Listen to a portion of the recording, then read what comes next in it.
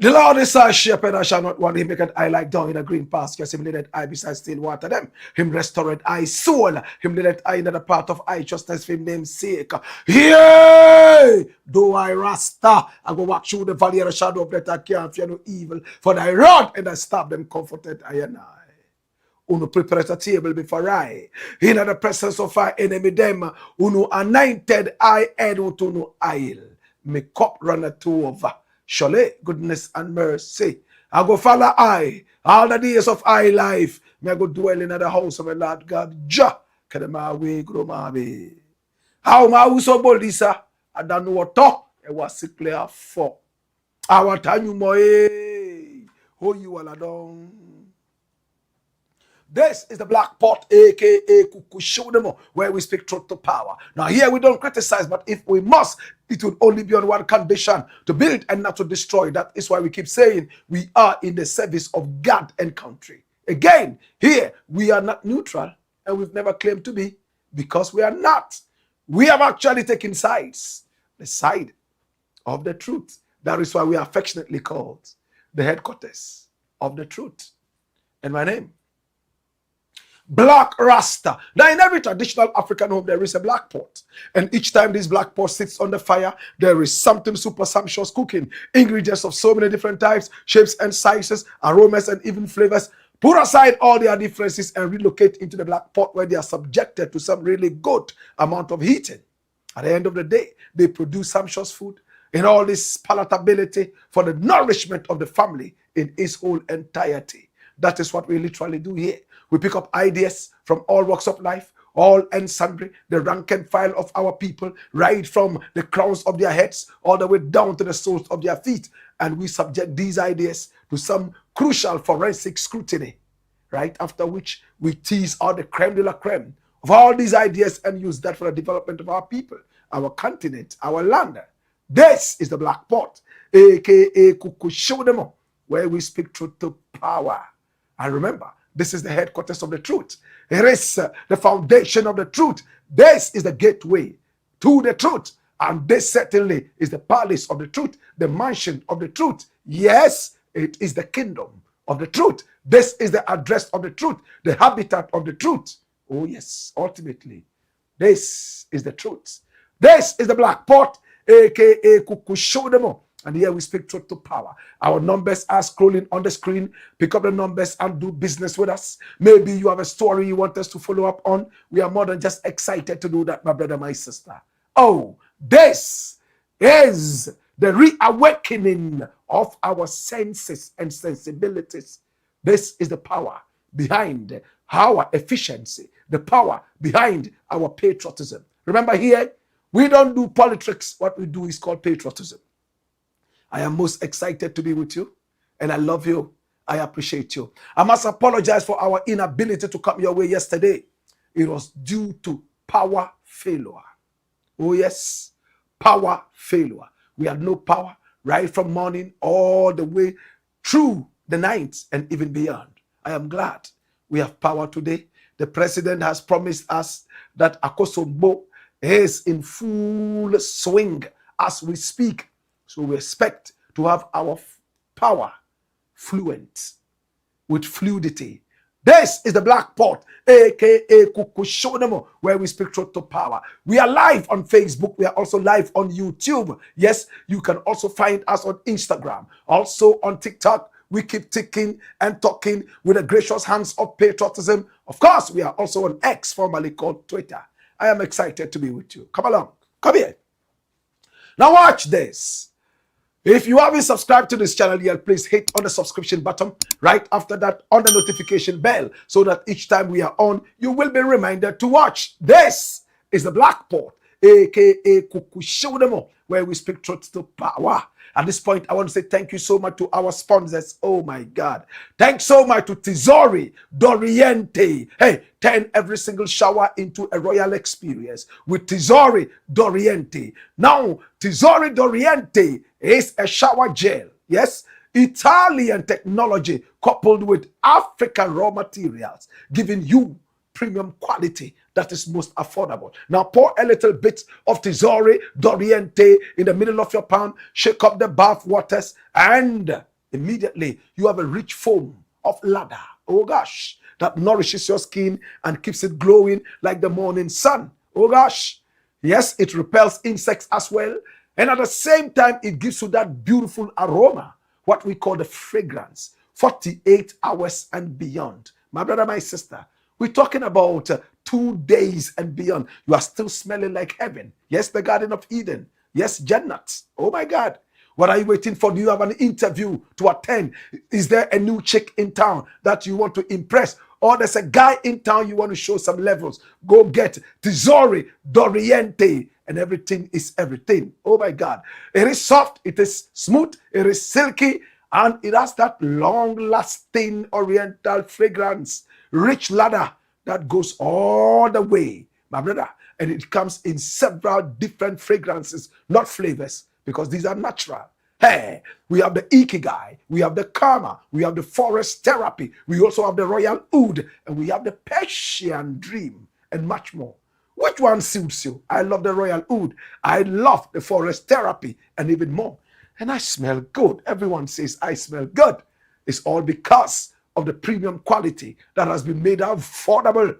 Tesori Doriente. Now, it's probably distributed in Ghana by Daddy Ash Limited. Please call Daddy Ash Limited on 0244 772599, as we see on the screen. Tesori Doriente. Oh my God. Turn every single shower into a royal experience.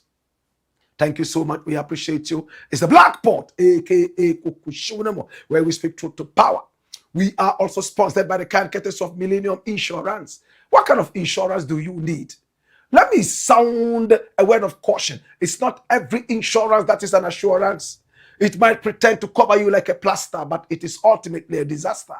Oh yes, that is why you have to run to your trustworthy partner, and that is Millennium Insurance. What do you need? Motor insurance policy, comprehensive or third party, or insurance against theft, fire of your vehicle, no problem. Talk to your trustworthy partner, Millennium Insurance. You want to travel and you need travel insurance, Millennium Insurance, personal accident and group personal accident insurance, no problem. 24/7 you are covered. Please make sure that you talk to us at sales.millenniuminsurancegh.com. That is our sales portal. Yes, sales.millenniuminsurancegh.com. And our numbers are on the screen. Pick up the numbers and link up with your trustworthy partners. If in times of disaster, fires, floods, volcanoes, and even earthquakes, hey, we heck into your call. When it comes to your claims, everyone says it's Millennium Insurance. That is the fastest, because it is our dream to always put you on the right footing. Millennium Insurance. Hey, I am a trustworthy partner because I am with Millennium Insurance. With Millennium Insurance, you are also a trustworthy partner. My brother, my sister, this is Millennium Insurance. Offices all over Ghana. Please pick up the numbers and make sure that we cover you for life. With Millennium Insurance, we are your trustworthy partners. No problem at all. Thank you so much. We appreciate you and we love you. This is the Blakk Port, aka Kukushunemo, where we speak truth to power. We are also sponsored by the kind courtesy of Lemfi. And when we talk about Lemfi, sending money from America, from Canada, even from Europe, hey, no problem at all. Hey, now you don't need to run to a certain building, sweating like a pregnant antelope. Queue, wait for your turn before you send money to loved ones, business partners, and friends right here in Ghana. It's been made easy. Now, even in the comfort of your homes, ta ta ta ta ta ta, and everything is everything. Within seconds, money is received in Ghana via Momo or even via your bank account, and no transfer fees. Oh yes, and you get the most competitive rates with LEMFI. Now, the very beautiful thing about LEMFI is that LEMFI gives you back money. That is what we call cash back. If you are a first-time sender, sending from Canada or America, if you send $100 and beyond, we give you $20 back, cash back, just to say thank you. But you must use a certain referral code. One RASTA, as you see on the screen. One RASTA. And after that, everything is everything. Can I tell you more? Now, if you send 100 euros or 100 British pounds sterling and even more, you get 10 euros back, 10 British pounds sterling back. That is what is called a cash back. Oh gosh. My brother, my sister, but remember the referral code. One RASTA. Now, LEMFI is doing a lot of positive work. Yes, community development right here in Ghana. That is one reason I'm a proud Lemfian. Are you a proud Lemfian? Please tell your friends, your family members, and business partners abroad who are sending you money right here that if it is not LEMFI, don't bother send it. And remember the referral code, one RASTA, RASTA Bakupe, RASTA Ekomepe. This is the Blakk Pot, aka Kukushodemo. And here we speak truth to power.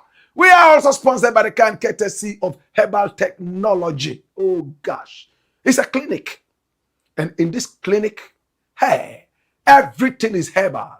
We were the first to make tablets out of herbs. And that's what we see on the screen. Viva Nigo tablets. Oh my God. All the tablets our ancestors could not have, we have them now out of the herbal medicine they gave to us. My brother, my sister. But at Herbal Technology, we tell you one thing, don't self-medicate. Listen, we don't take it for granted that malaria can be treated with just one herb. No, we have to find out what kind of malaria you have. We go beyond just the name malaria. We go into your DNA. We find out what exactly it is. And then maybe you just need to drink a tea. And that's it. Maybe you just need to rest by the seaside. And maybe you just need to drink coconut water.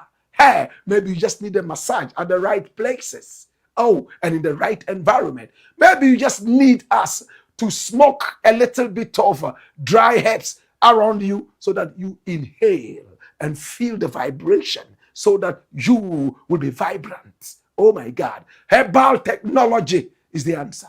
What are you waiting for? Do you have Parkinson's disease? Do you have epilepsy? Do you have crodosome and PD white? No problem. Hey, what else do you have? Is it a disease whose name you can't mention? Forget it.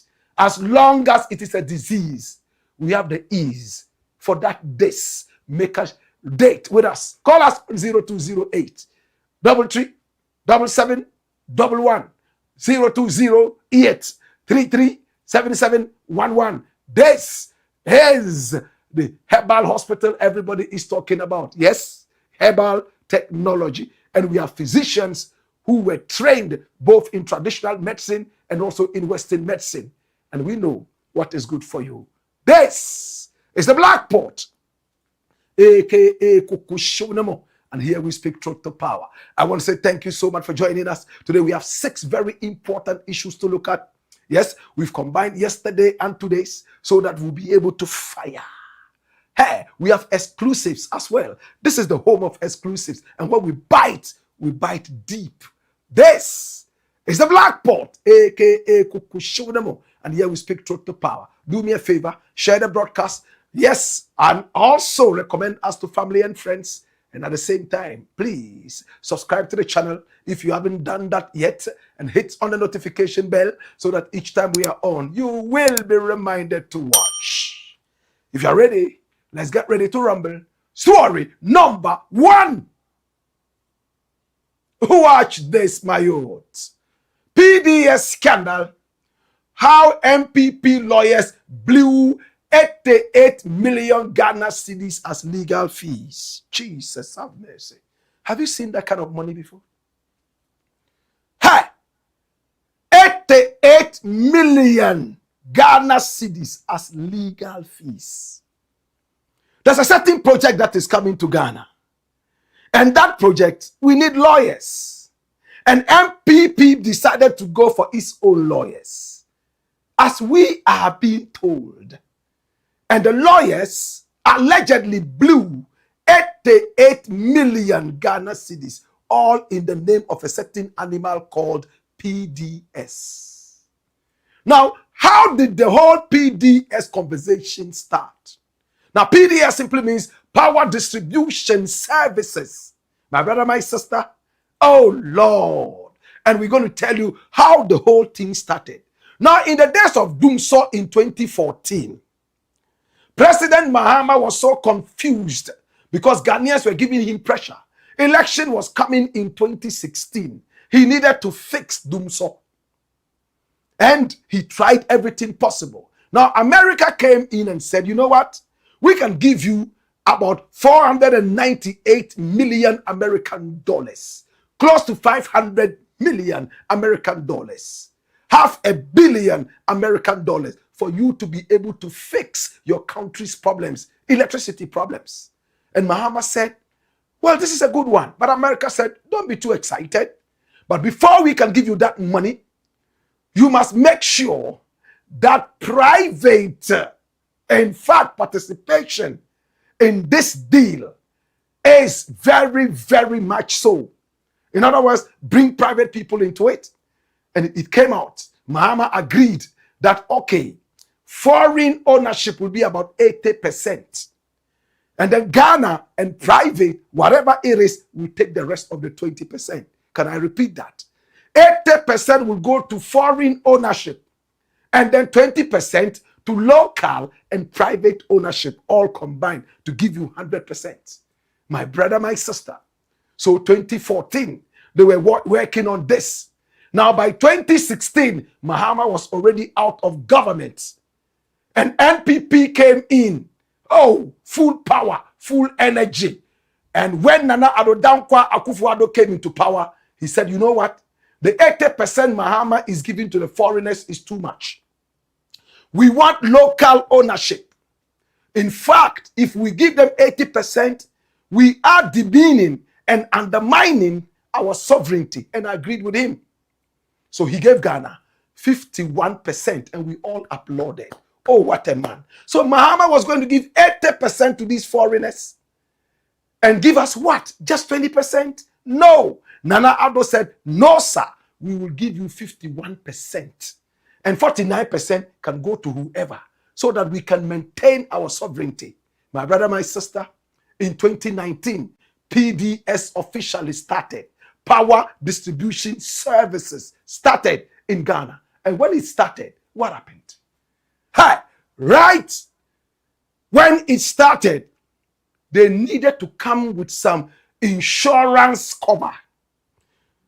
Insurance cover, because for 5 years, they were supposed to be able to pump money into the system, invest into the infrastructure, and even more.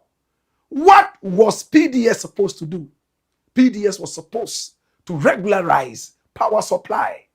And it came to a point that they were even supposed to open up outlets in the whole of the country and receive money. My brother, my sister, from Ghanaians who use power, your electricity bill. Hi, this was PDS. Now let me give you the facts and figures. Run the dossier. Let's see exactly how the conversation started. And you will see that in plain black and white, a lot of things happen. Watch this. Now, the conversation surrounded what became the PDS deal started in August 2014. As you were told, it was born out of a financial necessity to fix Ghana's energy sector, which was struggling with massive debt and frequent power outages, aka Doomso. Now, August 5, 2014, the government of Ghana under JDM, that's Mahama, signed the Ghana Power Compact, that's Compact 2, with the United States Millennium Challenge Corporation, MCC. Now, the condition was simple: to unlock 498.2 million American dollars, as you were adequately and accurately told, in US grants. Ghana was required to introduce private sector participation, PSP. All right? in the management of the Electricity Company of Ghana. So this is a confirmation. Now, September 2016, the compact officially entered into force, meaning the clock started ticking for Ghana to find a private partner. Hey, and look at what happened.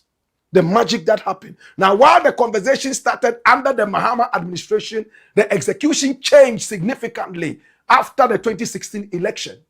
Now, this was the original plan. Between 2014 and 2016, the initial framework proposed an 80% foreign and 20% local ownership split for the private sector. It's a confirmation. Now, renegotiation happened in 2017 under Nana Addo Dankwa Akufo-Addo, who gave Ghana 51% and 49% went to some other people. So that is a confirmation. Run it. Watch this. Now, in 2018, after a bidding process led by the Millennium Development Authority, MIDA, the Meralco-led consortium, listen, was selected. They eventually rebranded and they called themselves the PDS, Power Distribution Services Ghana Limited. Then it became a scandal. It was a chameleon. It could change colors. From Meralco, it became PDS. From PDS, it became a wild animal on the rampage. Hey, now the conversation shifted from reform to scandal in early 2019. Nana Addo was still in power. On the 1st of March, 5 days before the independence of Ghana, 2019, PDS officially took over ECG operations. Officially. 2019. Now, to speed up the takeover, the government allowed PDS to provide insurance guarantees instead of required bank guarantees. And that was a big scandal. See what happened. Now, the discovery, just 5 months later, in July 2019, it was discovered that the guarantees from a Qatari insurance firm were fraudulent. They had been involved in fraud. In fact, the insurance they brought to us was fraudulent. They took the country for a ride. So the idea started as a 2014 US-backed reform to save the power sector, but it turned into a scandal by 2019 in the hands of the NPP. This is the PDS we are talking about. PDS took over Electricity Company of Ghana Limited's work. And then it became a wild animal. Can I tell you more? Run the doors here. Now watch this. It's very interesting. Now the PDS deal was a 20-year concession agreement intended to privatize the management of the Electricity Company of Ghana, ECG. It was a central requirement for Ghana to access $498.2 million in grant funding from the U.S. Millennium Challenge Corporation, MCC, under the Power Compact 2. As you were told earlier, Ghana got 51%, and watch this. 51% owned local consortium, including TG Energy Solutions, that's 18%. Santa Baron. How many of us know Santa Baron? Do you know who Santa Baron is linked to? Do you know that? Santa Baron Ventures, 13%. And we have spoken extensively about Santa Baron on this show. Today we will repeat it. Now GTS Engineering 10% and TBK Ghana 10%. That is the breakdown, brother, my sister, of the 51%. Different Ghanaian companies came in, and that is what it is. Flip, my brother, my sister. Now 49% was for the foreigners, led by Meralco from Philippines. Listen, and 30% and with 30% and Energia, that's in Angola, that's Angola Energy. Energia with 19%. So 30 plus 19 is 49.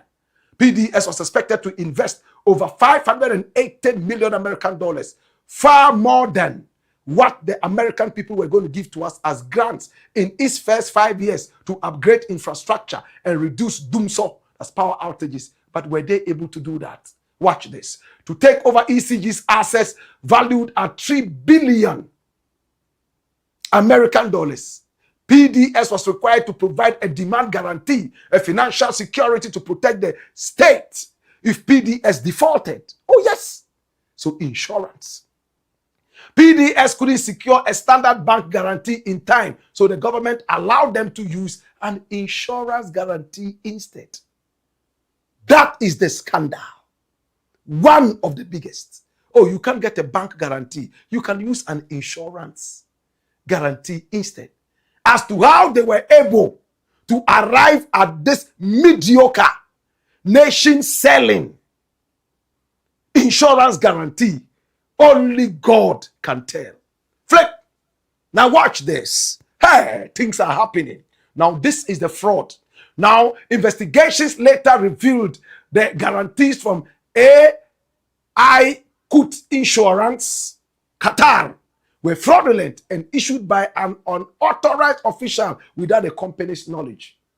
PDS reportedly used 11.5 million Ghana cedis from its own operating account. That's money collected from Ghanaians, you and I. They collected 11.5 million Ghana cedis from us to pay the premium for these fraudulent guarantees. Can you imagine? They took money from us, collected, and used that to pay the premium. That means they came with nothing. They were just here to rob us. And the NPP government decided to sit back and make it easier for them to have a walk in the park.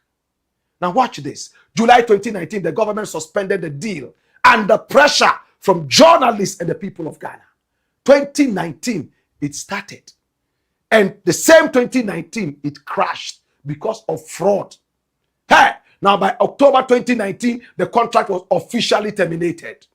Now because the US government flipped, now, because the U.S. government maintained the deal was validly executed and the termination was unwarranted, they withdrew $190 million of the promised grant and decided to give out less.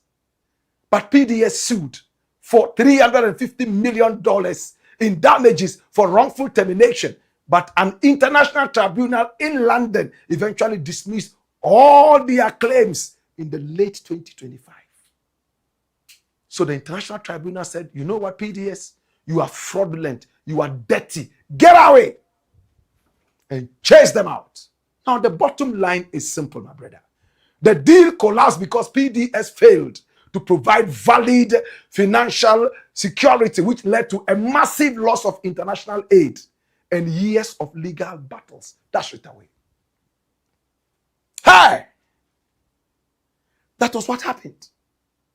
My brother, my sister, the money America was supposed to give to us did not come. We lost a big chunk of that. And money we're supposed to be able to use PDS to raise.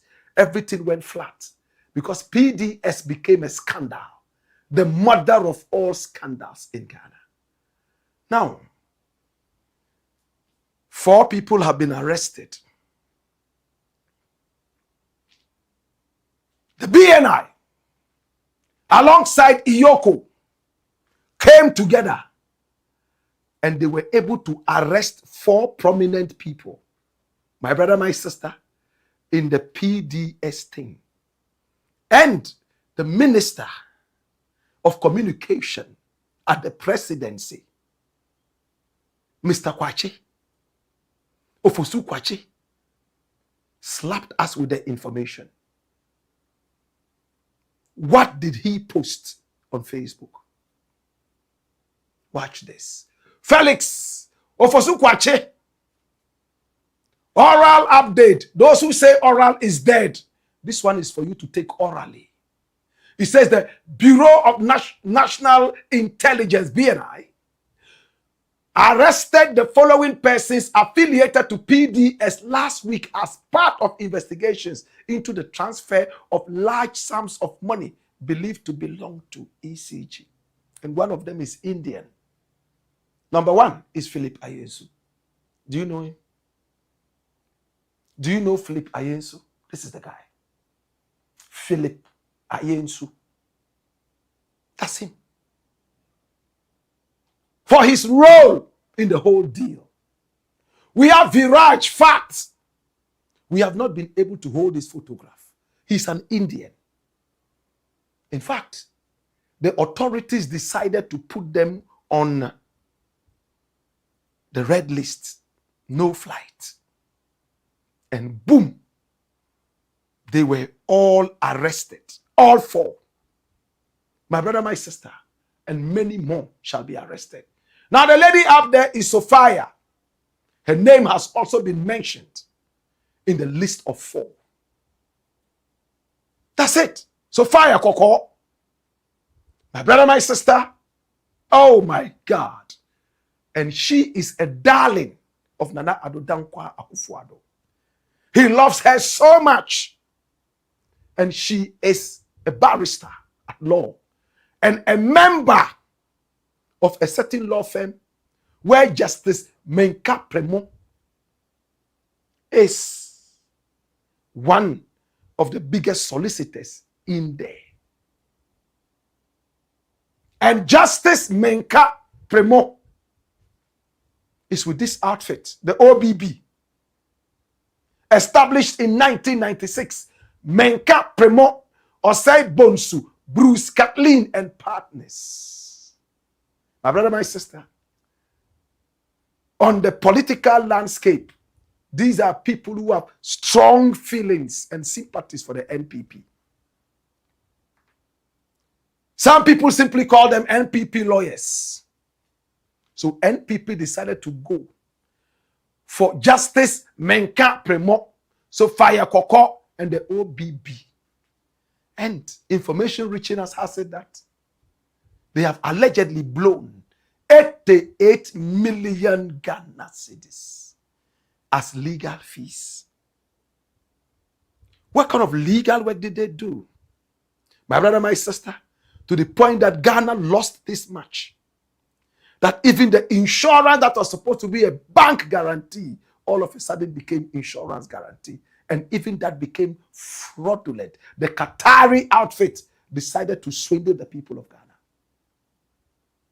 And to make it worse, my brother, over 1 billion Ghana cedis was withdrawn by these guys at PDS.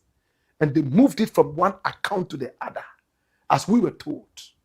Allegedly trying to bamboozle the prying eyes of the Ghanaian lens. Today, my brother, my sister, they are in the grips of the law. Can you imagine?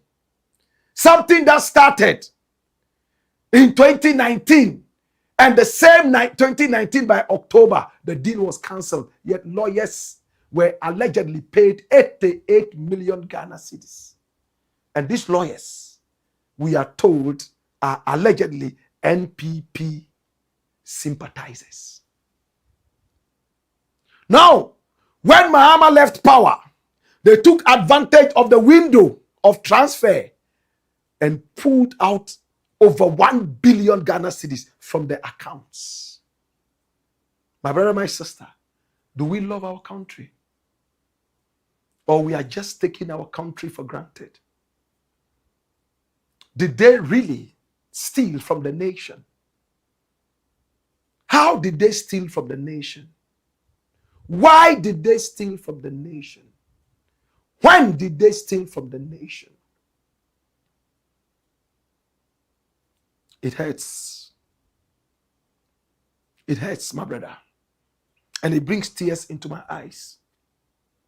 When I see a lot of these children walking hungry on the street, and I see the schools and the trees, and I see, this morning I read about how 2 JHS boys were crushed on their way to a right examination. Poor roads all over the place, hospitals with no beds, pregnant women lying on the floor in labor. Some of them don't even get access to the hospital and they die. Yet, some of us can milk the country like this. Do we truly love our country? Should we introduce the firing squad for some of these people who have no respect for our nation? Because it looks like the jail is too mild.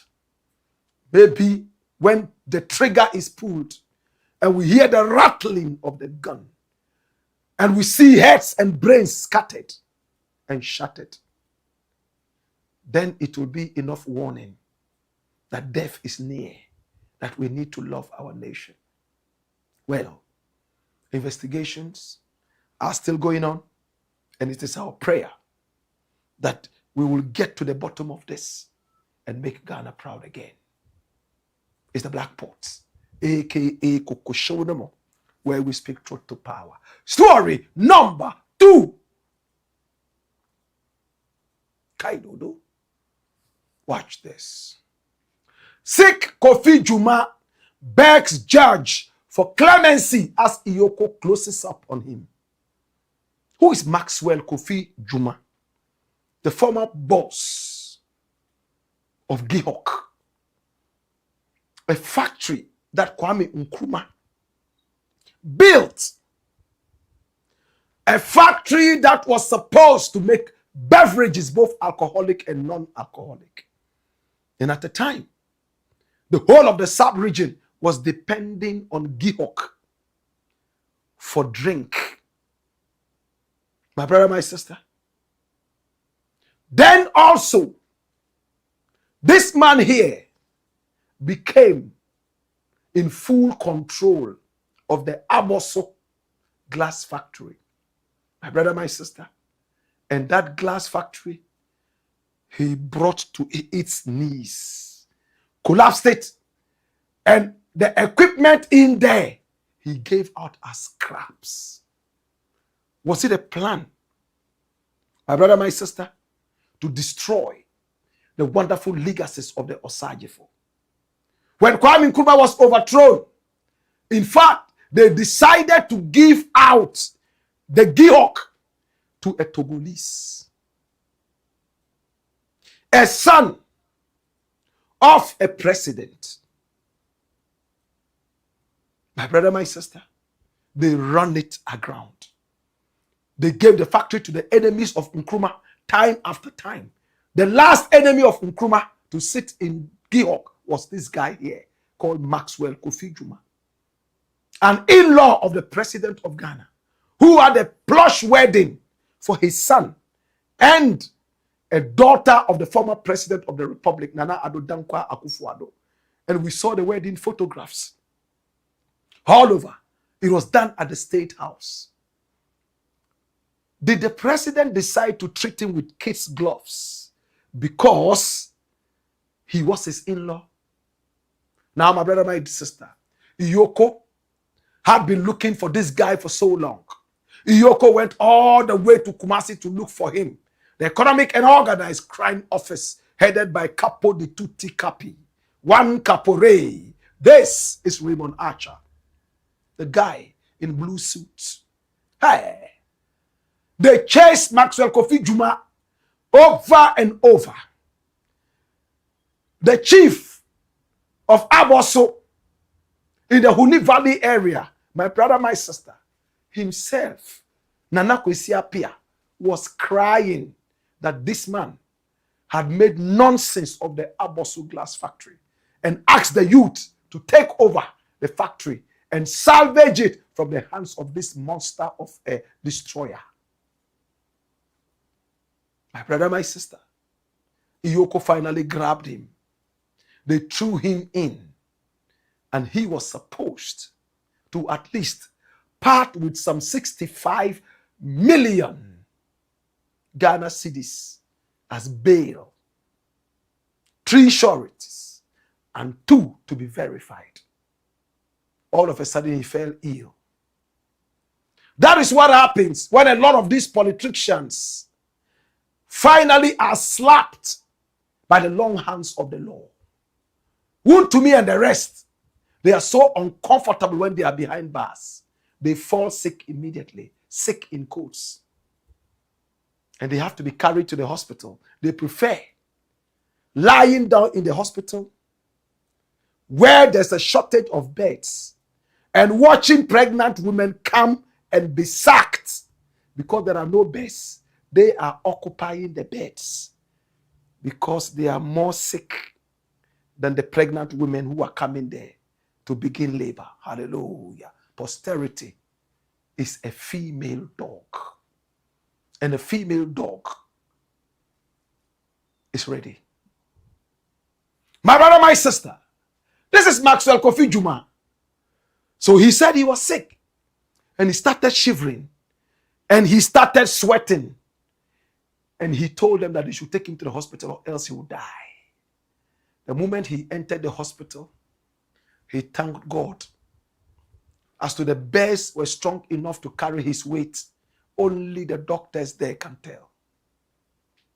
He laid on the bed and was there. Kolebu Teaching Hospital.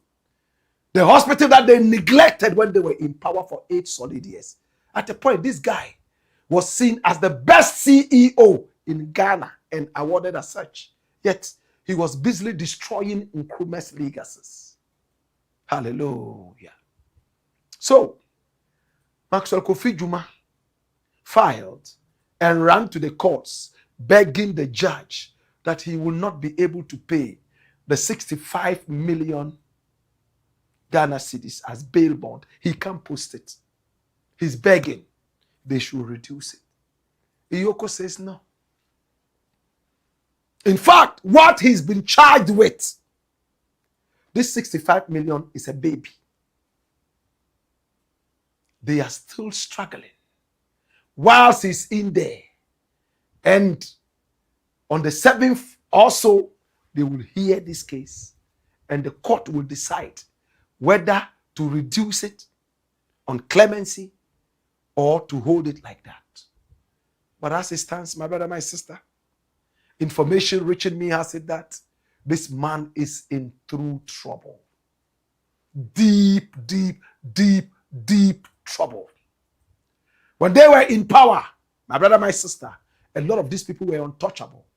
How could you touch the president's in-law? Who born dog? To go and touch the president's in-law? You must be having a nightmare. Now they are out of power. It's sad. When African politicians are in power, they are untouchable. Meanwhile, in Europe, it's not so. Even the prime minister can be touched because the nation is bigger than every single individual, not in our country. We hear politicians say, wait until we come into power. We'll show you where power lies. This country must change. And it will take you, it will take me, it will take us to stand in front of them and let them know that they are nothing if the country is nothing to them. It's the Blakk Pot, aka Kukushonemo. And here we speak truth to power. When we return, we got more. Hey, why you? Kai, why? Why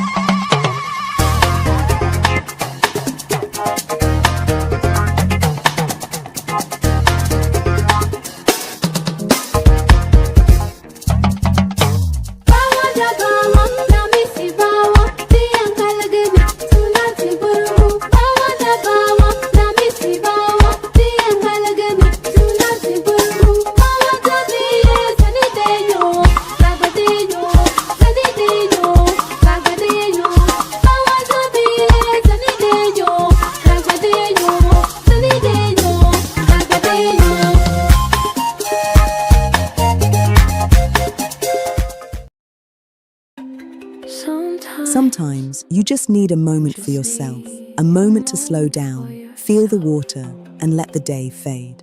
Tesori is more than just a shower. It's a moment of pure calm, smooth, creamy, and relaxing. With forest therapy, Persian dream, royal oud, thalassotherapy, ikigai, fior di loto, and karma, all in convenient 500 milliliter bottles. There's a Tesori scent to fit every mood, every moment, every kind of you. Feel the lather on your skin. Breathe in the aroma. Let stress melt away and just enjoy the calm. You don't just feel clean. You feel refreshed, confident, and yourself. Tesori d'Oriente, luxury is a feeling. For bulk purchases, contact Daddy Ash Limited on 0244 772599. Tesori d'Oriente.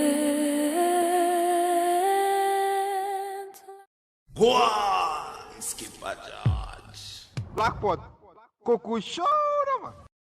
It's the Blackpot, aka Kukushonemo. And here we speak truth to power. Remember, here we don't criticize, but if we must, it would only be on one condition: to build and not to destroy. That is why we keep saying we are in the service of God and country. Remember, here we are not neutral. We've taken sides. We've never claimed to be, because we've taken sides, the side of the truth.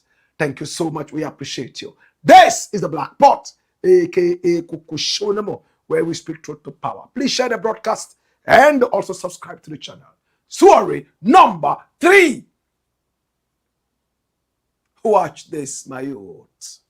Xenophobia, ungratefulness is a big talent in South Africa. I've realized that a lot of South Africans are most ungrateful. And a lot of South Africans have the common sense of patriotism and gratefulness.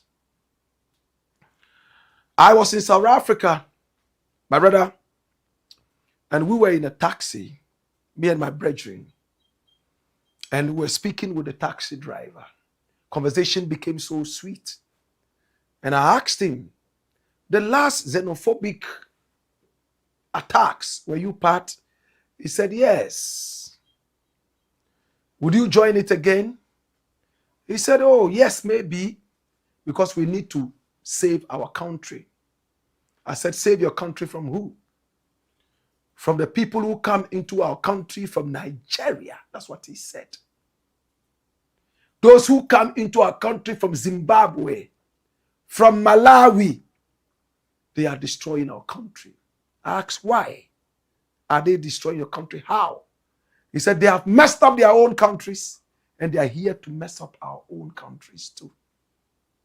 So we won't wait for them. We'll chase them. So I said, you chase them? How do you chase them? And this was where the conversation ended. He said, we'll kill them.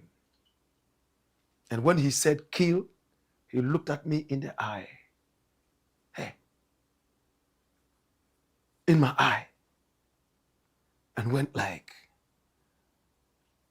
are you from Zimbabwe? I said, no. Are you from Nigeria? I said, no. Where are you from? Where are you from? I said, I'm from Africa. I know. Which part of Africa are you from? I told him Ghana. So, Ghanaians, you are not included. You are a very good people. And I told him, we are not a good people. If Zimbabweans are a bad people, Nigerians are a bad people, Malawians are a bad people, then we can't be a good people. We are also a bad people. We are the same Africa. He pretended he didn't understand. Maybe he didn't. Then he opened his box and showed me 2 guns. My brethren at the back was already shivering. As if that was not all, he raised a tie like this and pulled out a knife from under the carpet of the car. And the knife looked so ancient. Then he asked, do you know why this knife is like this? I wasn't interested in the story. And he continued to talk. He said, this one has been put in poison for 15 years. It means the knife was made and soaked in poison. He didn't end there. Frog poison.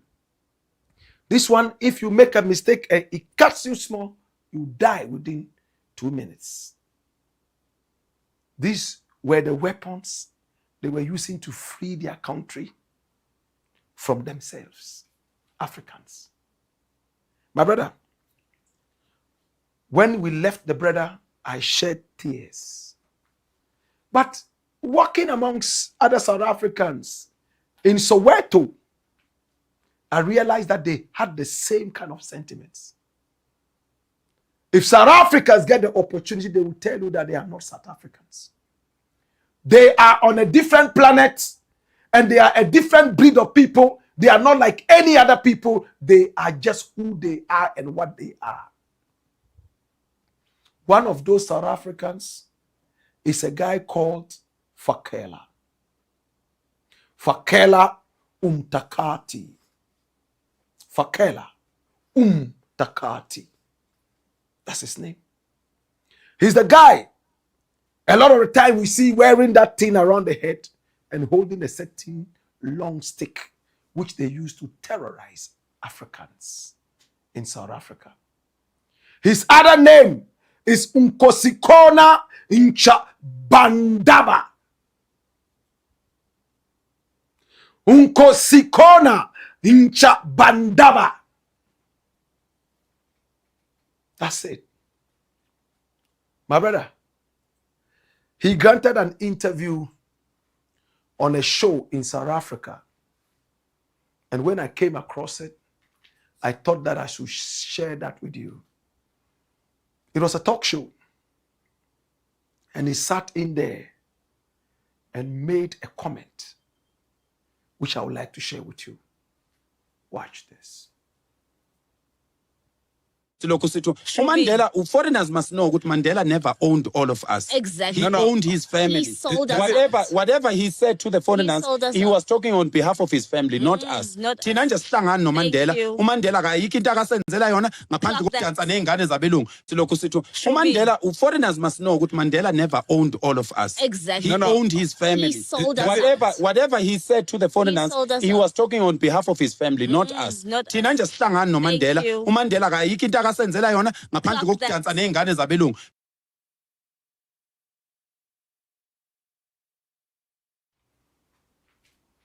That's the guy I'm talking about. Fakela Umtakati, aka Nkosikona Nchabandaba. A lot of South Africans in the ghetto see him as a hero because he talks carelessly with no common sense. And it makes me feel like ungratefulness is actually a talent in South Africa. This guy, whose face has no iota of wisdom, is also a hero. How did he become a hero? And you will wonder. Listen to the vehemence. See the energy he's speaking with, and it's gibberish. He says, whatever Mandela told the foreigners, who are they? The Pakistanis? No. The Indians? No. The Chinese? No. The Americans? No. Fellow Africans, Zimbabweans, Nigerians, Ghanaians, Malawians, Zambians, Tanzanians. That's the energy he's exuding. My brother, my sister, Mandela, who gave them independence. Mandela, who went to prison for 27 years and beyond. For them, this idiot sits there and says, whatever Mandela told you, he was just saying it for himself and his family. He didn't own us. This idiot would have been slaughtered by de Klerk and Peter Botha. Your parents would have been slaughtered long before your birth. If Mandela hadn't done what he had done, if Africa hadn't supported the ANC and Mandela and the rest. Today you are happy to celebrate Mandela. How do you celebrate a man and say that he didn't own you? He was only for his family and himself. Then why do you celebrate him? Why do you have the Mandela Square? For what reason? You have a national hero, the father of the nation. And South Africans will sit down boldly and say that whatever he said to the foreigners, in fact, he said it on his own behalf and the behalf of his family, and never South Africa. How about all the support he got from the rest of Africa? Did he get it for himself and his family alone? And these guys with the morose faces, with no common sense, are the leaders when a sheep leads an army of lions, they crash. And he's sad. And he's speaking, and none of the people around are able to tell him that, listen, you are not making sense. How can you disrespect the Madiba like that? A man who went to jail for 27 years. You say that he went to jail for himself and his family? Do you have common sense? What is wrong with you, Fakela? This was the same guy, ignorant as he is and ungrateful as he is, who said South Africa has a population of 100 million. And that looking at their economy, the government could give everybody 1 million rands. And they'll be okay. If they give this idiot 1 trillion rands, he will blow everything on sex and drugs in 2 days. He doesn't have any business acumen. He doesn't know how to make money. He's only interested in wearing that thing around his head and holding a stick and beating innocent Africans. That is his talent. If I'm wrong, tell me I'm wrong. If I'm being silly, tell me I'm being silly. We make heroes out of idiots. And at the end of the day, these idiots come for their pound of flesh and we say we don't understand. How did this guy to become a hero? South Africa's population is not 100 million. It is only 60 million. This guy doesn't even know the population of his country. And he's a leader of who? A few riffraffs who are going around terrorizing people who don't know their history. What is wrong with us as a people? The unity of Africa, what has it become? Of course, it's good for Africa to be able to uplift. All countries should be able to, learn how to deal with this. But you can use immigration. You go around asking people for their papers. You are not police, you are not immigration. You are more lawless than even the authorities of your country. You don't even believe in your leaders in the country to be able to do the right thing. And on the streets of Soweto, we see Africans slaughtered. Some of them torched, fire. Some of them slaughtered Al-Qaeda style. And we watch, and these people are dancing and happy. Bam! Throw one leg, bam! And stamp the feet and all that. In jubilation. Killing other Africans. That was what the brother said. The population of South Africa is 100 million. He doesn't even know. All these people know. Fakela and that other woman, what's her name? All those people, they just come together and all they want is government give them free money so they'll go and spend. The foreigners, so-called foreigners, are doing a lot to help the economy grow. Today, if you sack all of them and they go, a lot of you will be hungry. Because the white man will never give you a job. He won't. The white man there is not your friend. You fought during apartheid to kick him out. From that time, he's never been your friend. Your best bet is the other Africans who are coming in. But you are so myopic, you don't see. You see your enemies as your friends. And your friends as your enemies. Well, he granted an interview to BBC. Let's listen to what Fakela said in that interview with BBC. Watch this. We are saying this is the country, it's got laws, and we want them to respect our laws, the laws of the country, the way that we would respect their laws for their respective countries. So we are just saying to the government, please, you don't see everything everywhere. We are here, we are people, we stay with these people, we see what they do. Can you please just take them back to their country, and those that qualify to come to this country, be it scarce skills or whatever that they come from, let them come back. But for now, all those that don't have the paperwork to be here, let them go, because they are being employed without paperwork. They are getting killed in the jobs. In the harbor, we know that they are just thrown into the sea if they die, because they don't have any papers. So it's not only about hating or trying to chase them away. It's also about protecting them and protecting the relations of the country.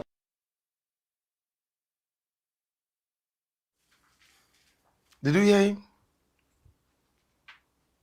He is now playing the angel. Oh, the foreigners that we are sending out is not because we hate them.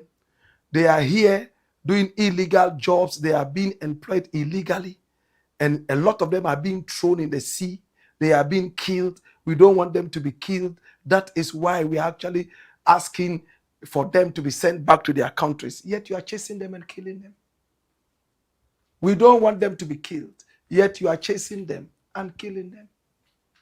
What a paradox. In Ghana, we say all die be die. No be so. You throw them in the sea. You kill them because they are illegal workers and you can do anything to them because they have no papers. These are the same illegal people you are chasing and killing, humiliating, stripping naked, killing them on the streets of South Africa. People who are more handsome than a lot of you. People who are more focused on life more than you. They are those who don't have any common sense. And you have to teach them common sense that they have to go back to their country or else they will be killed. Let truth be told. I think South Africa has become lawless for so long. And these people march on the streets with those long, long sticks, beating and killing people. Sometimes even shooting and killing them. My brother, Africa, the rest of the countries in Africa could also behave this monstrous. Every country in Africa can also start targeting South Africans, humiliating them on the streets of Lagos, on the streets of Accra, on the streets of Malabo, on the streets, across Africa. But what will that do for African unity? Two wrongs don't make a right. And that's what we keep saying. I am hurt. Now BBC puts cameras on this guy.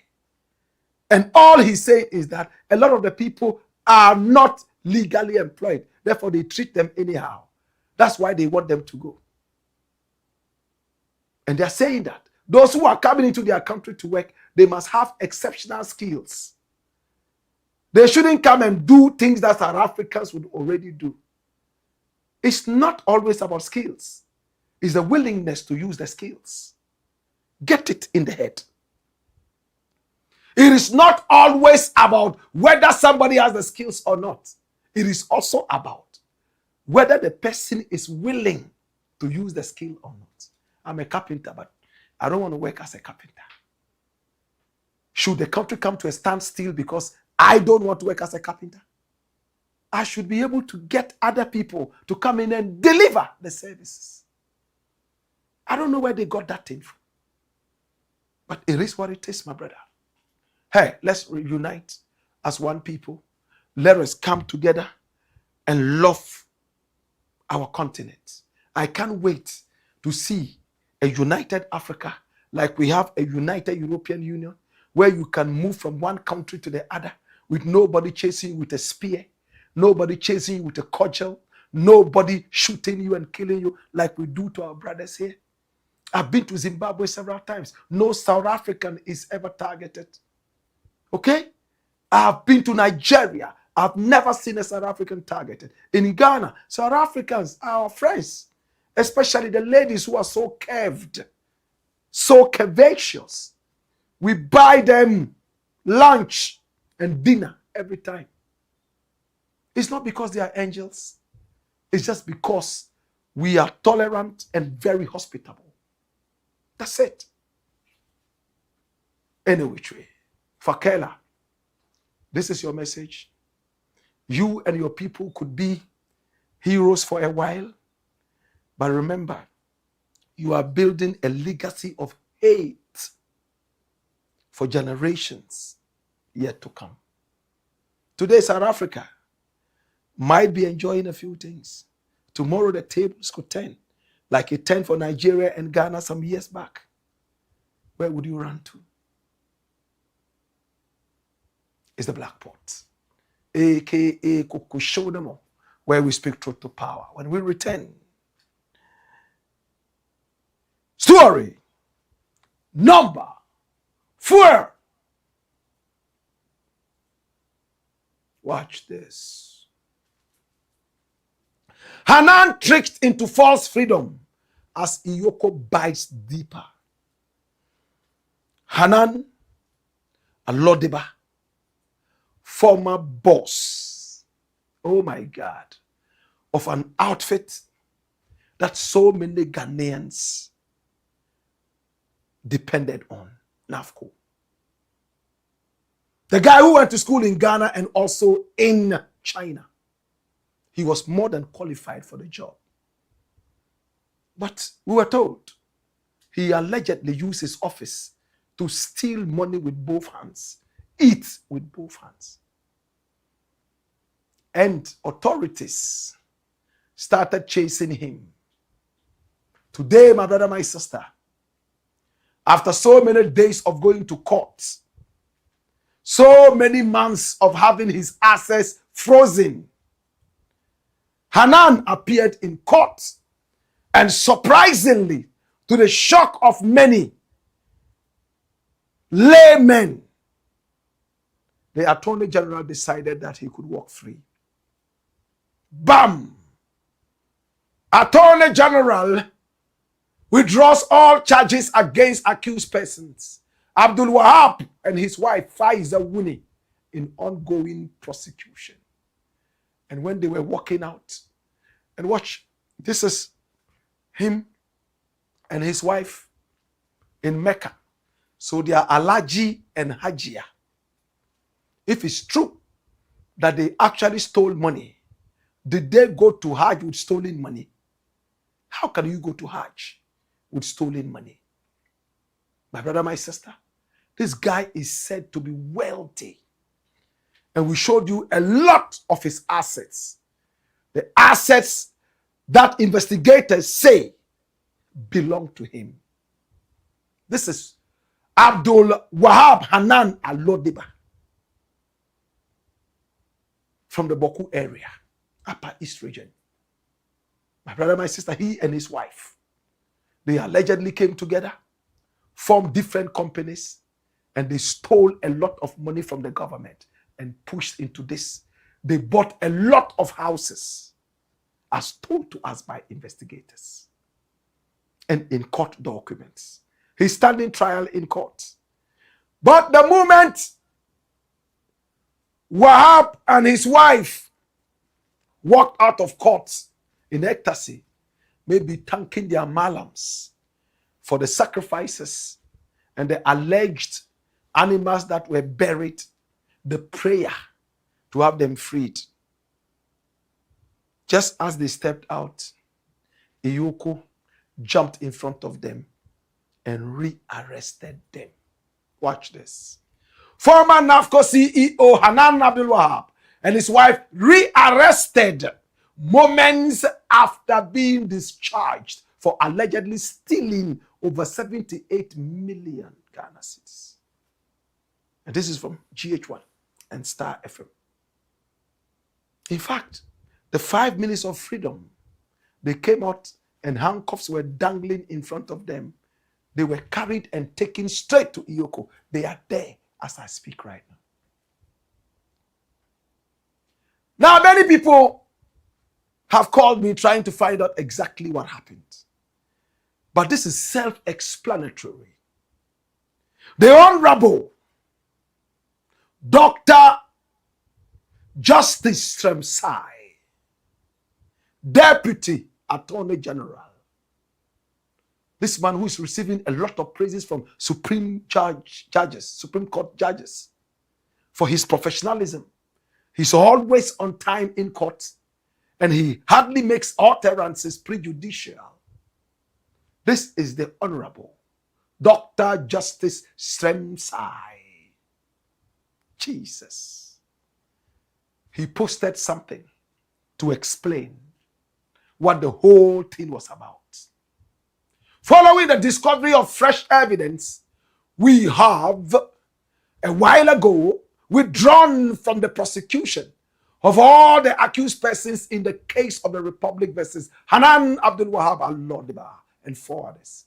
This is to afford each of the accused persons a fair and a more speedy trial in accordance with the Constitution. Hallelujah. And underline, more speedy. Later this afternoon, the last but one prosecution witness in the case of the Republic versus Governor ADU-BOAHENE and others will continue her testimony. Hey, and we'll bring you that tomorrow. It's hot. Jesus. Now, a former bank relationship manager and a later employee of the accused persons. This prosecution witness testifies to how the accused persons got and spent the monies which we believe they stole from the state.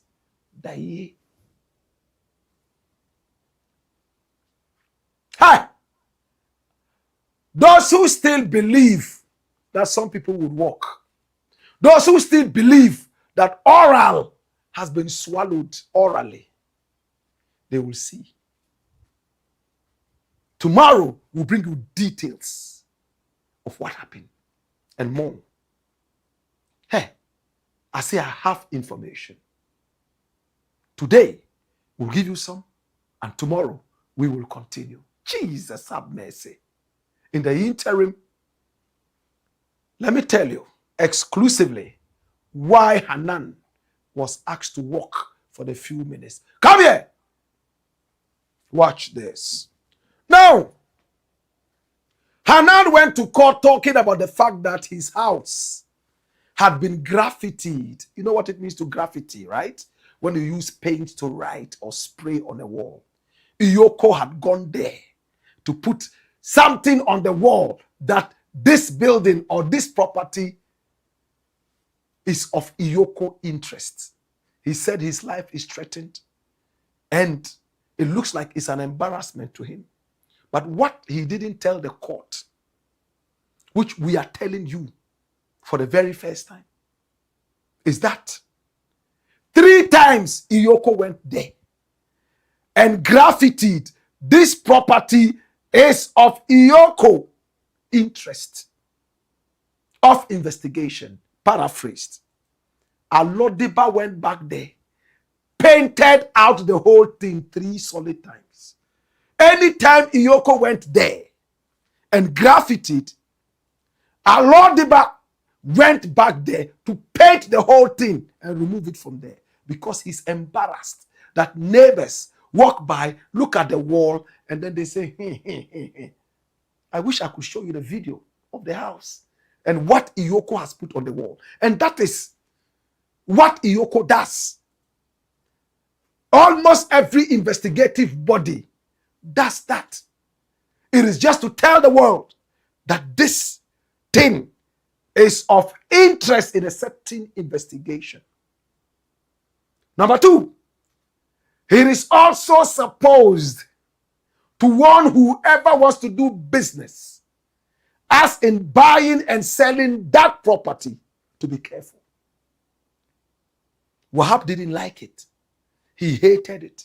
Neighbors were walking around, looking at it and passing comments, sometimes GS, and so on and so forth. It's all part of the thing. Come here. Now, my brother, my sister, he went to court to talk about this, but he didn't tell the court, this is what I have done. To the point that the last time EOCO went there, he was told point blank that when we come back and see that you have painted this thing again, you would be prosecuted on fresh trials and cases. Hey. But this guy continued to paint out the graffiti and he took it to court. Number 2,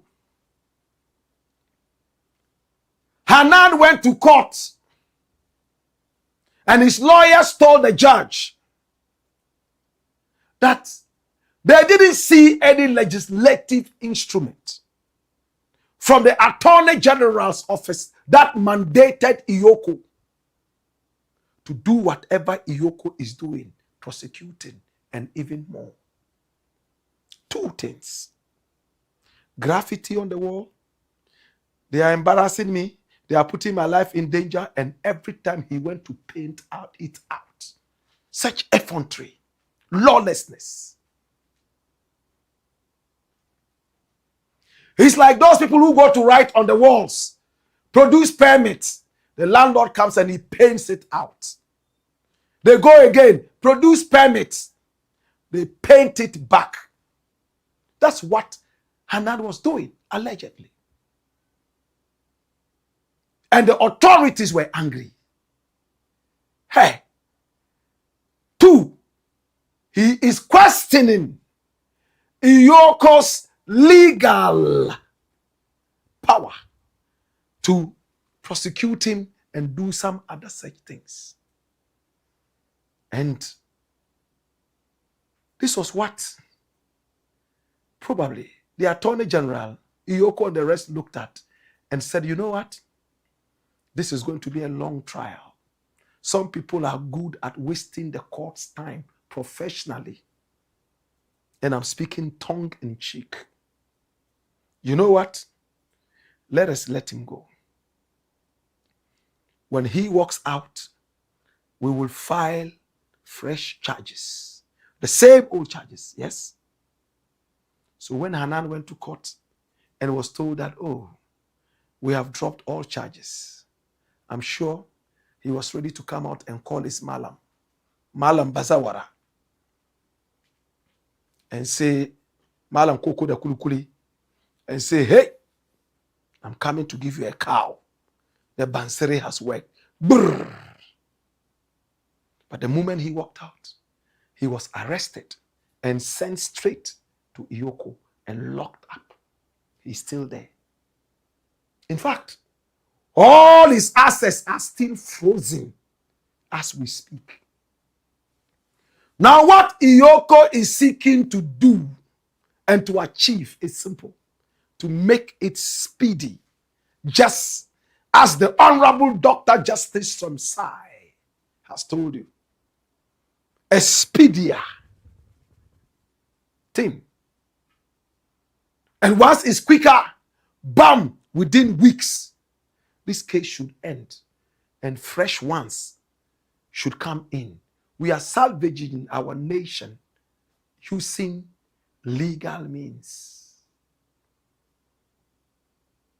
So, to those who were asking, Hanan and his wife are in the cooler, locked up. And now, all the charges dropped. New charges have been filed as we speak. By early tomorrow morning, you would have seen those charges. It's the same old charges with a few more to show you that investigators are getting more and more and more on this Hanan and his wife, Faiza Wuni. Our prayer is that Ghana will be the victor at the end of it all. Whoever has stolen a penny, may they vomit it. May the loss of the nation hold them. And whoever is innocent, may they go free. It's a Blakk Pot, aka Kukushodabo. And here we speak truth to power. When we return, we got more. Hey ya! Hey yo! Kai! Wayo!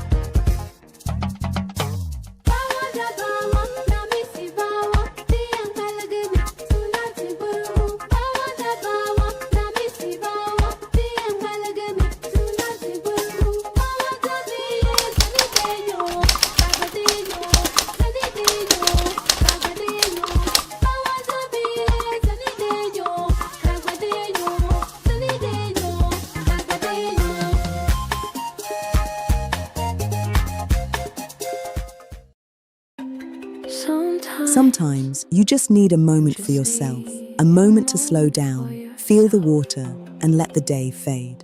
Tesori is more than just a shower. It's a moment of pure calm, smooth, creamy, and relaxing. with forest therapy, Persian dream, royal oud, thalassotherapy, ikigai, fior di loto, and karma, all in convenient 500 milliliter bottles. There's a tesori scent to fit every mood, every moment, every kind of you. Feel the lather on your skin. Breathe in the aroma. Let stress melt away and just enjoy the calm. You don't just feel clean. You feel refreshed, confident, and yourself. Tesori d'Oriente. Luxury is a feeling. For bulk purchases, contact Daddy Ash Limited on 0244 772599. Tesori d'Oriente.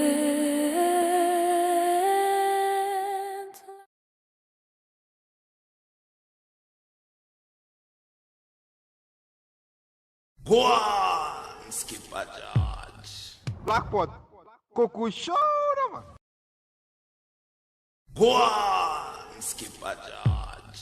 Blackpot, Coco Show, man. Blackpot, Coco Show, man.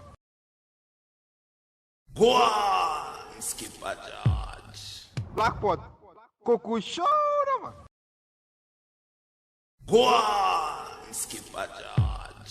Blackpot, Coco Show, man.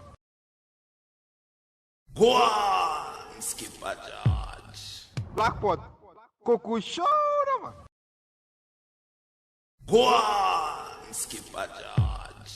Blackpot, Coco Show, man.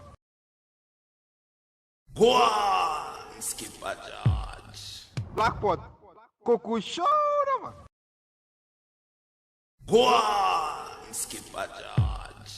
Blackpot, Coco Show, man. It's the Black Pot, aka Coco Show them all. And here we speak truth to power.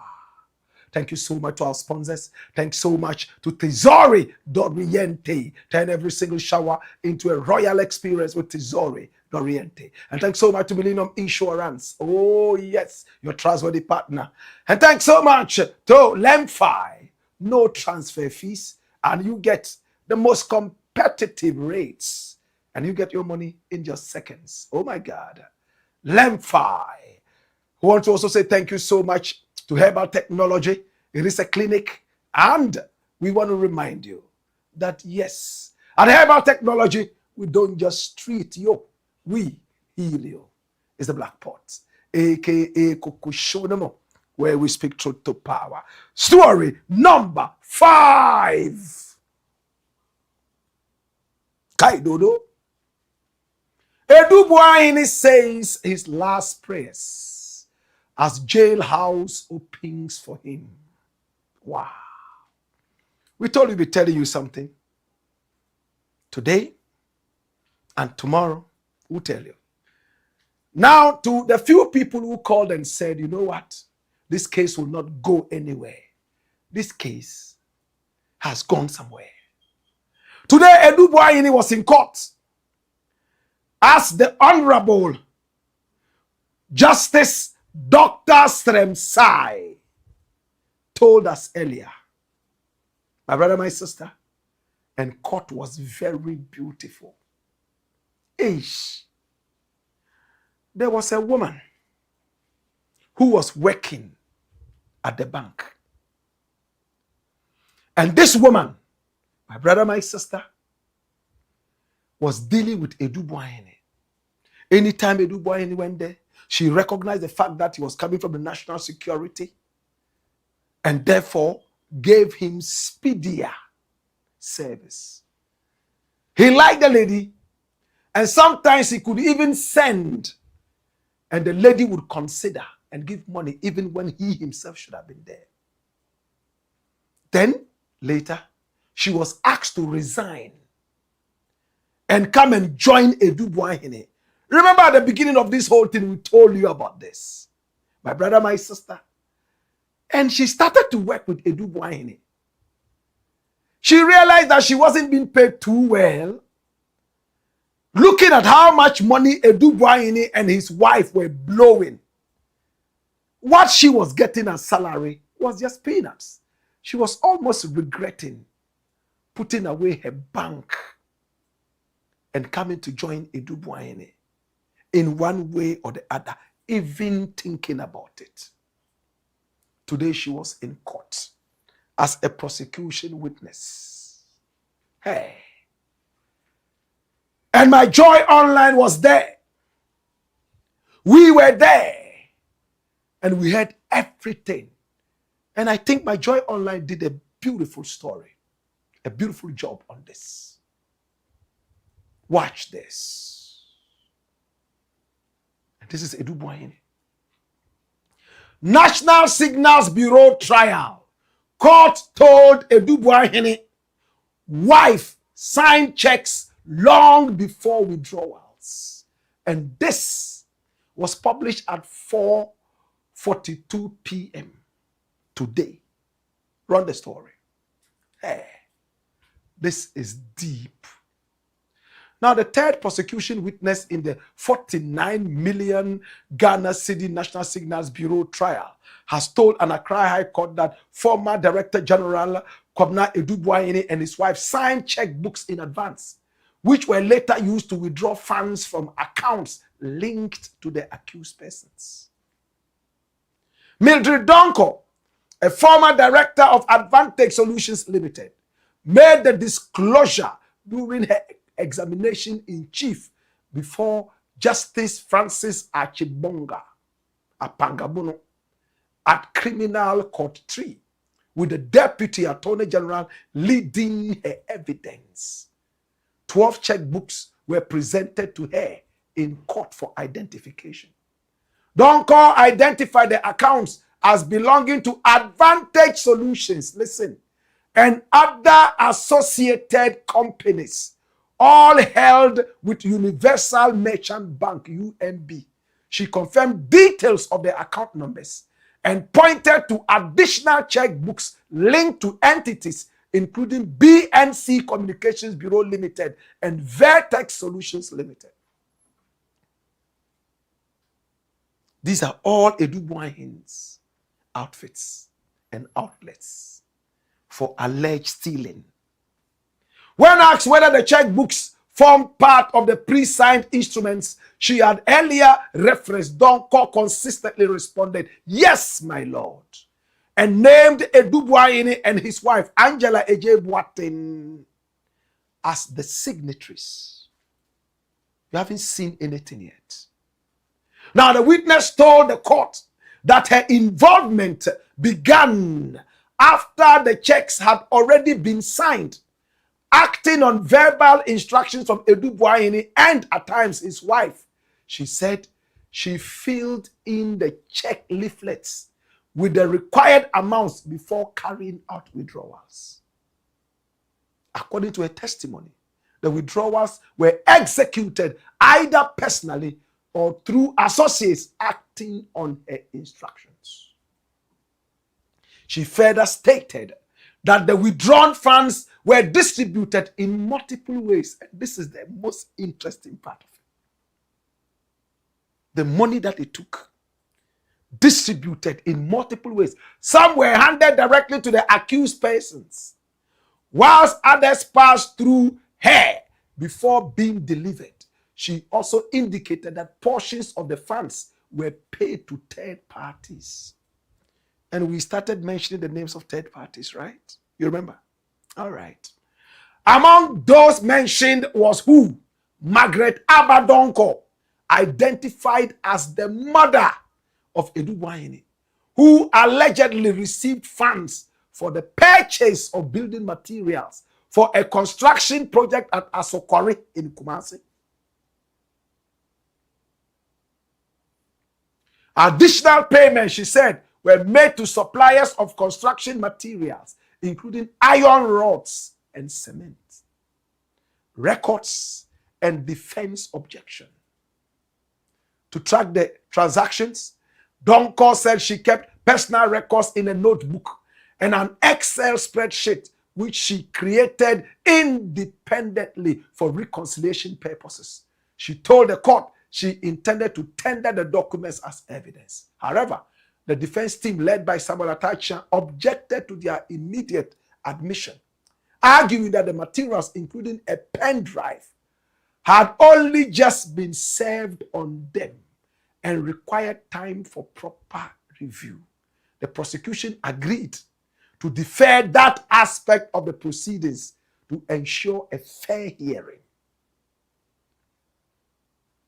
Charges against accused persons. NÄDE has pleaded not guilty to charges including defrauding by false pretenses, willfully causing financial loss to the state, using public office for personal gain, and obtaining public property by false pretenses. His wife is facing charges of conspiracy to use public office for personal gain, conspiracy to launder money, and money laundering. My brother, this is NÄDE own financial whatever. And she was smart enough to take note of almost every transaction. She said a lot of the money he gave to family and friends, including his own mother. He bought a lot of building materials to build. And we showed you the building, which presently has been frozen. All the companies that NÄDE himself time after time denies, the woman said he took money in the name of all these companies, having siphoned the money from the B.N.C account.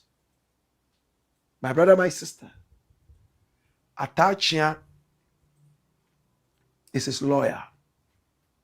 And I believe that he has a very arduous task navigating this case. My prayer has always been one. If NÄDE is innocent, may he walk free. If he's not, may the ancestors and the powers that be grab him so he will serve the maximum sentence according to the laws of the land. The woman has made it clear. They signed checkbooks. 12 of them were brought to the court. 12 signed already. All NÄDE did was, you know what? Take one of the checkbooks, put 1 million inside, and give the money to this person, or bring the money to me. He was too busy to sign new checkbooks. He signed everything. And all he did was to instruct this woman to fill in and go and bring the money. Sometimes his driver carried money in Ghana must go bags right in the boot, and he's also testified. Ghana must go back in the boot. I'm sure sometimes the money was probably so heavy that the back ties almost went flat. Hallelujah. Is NÄDE ready for the jailhouse? Or is he going to walk? It looks like the investigators have done a good job. Atachia is putting up his best. But at the end of the day, Ghana will be the victor. Is the Blackpot, aka Kukushodemo. And here we speak truth to power. Story number 6. Watch this. Trouble as NÄDE Carnival shook Ghana heart.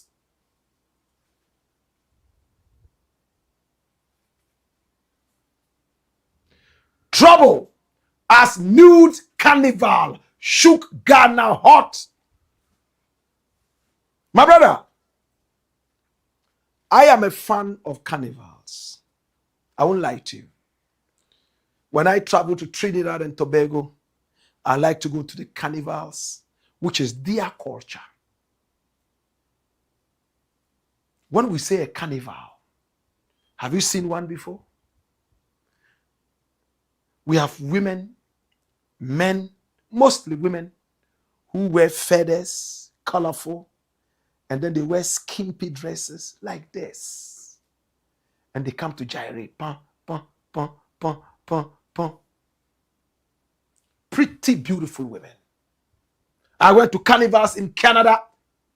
I went to carnivals in New York, Labor Day, America.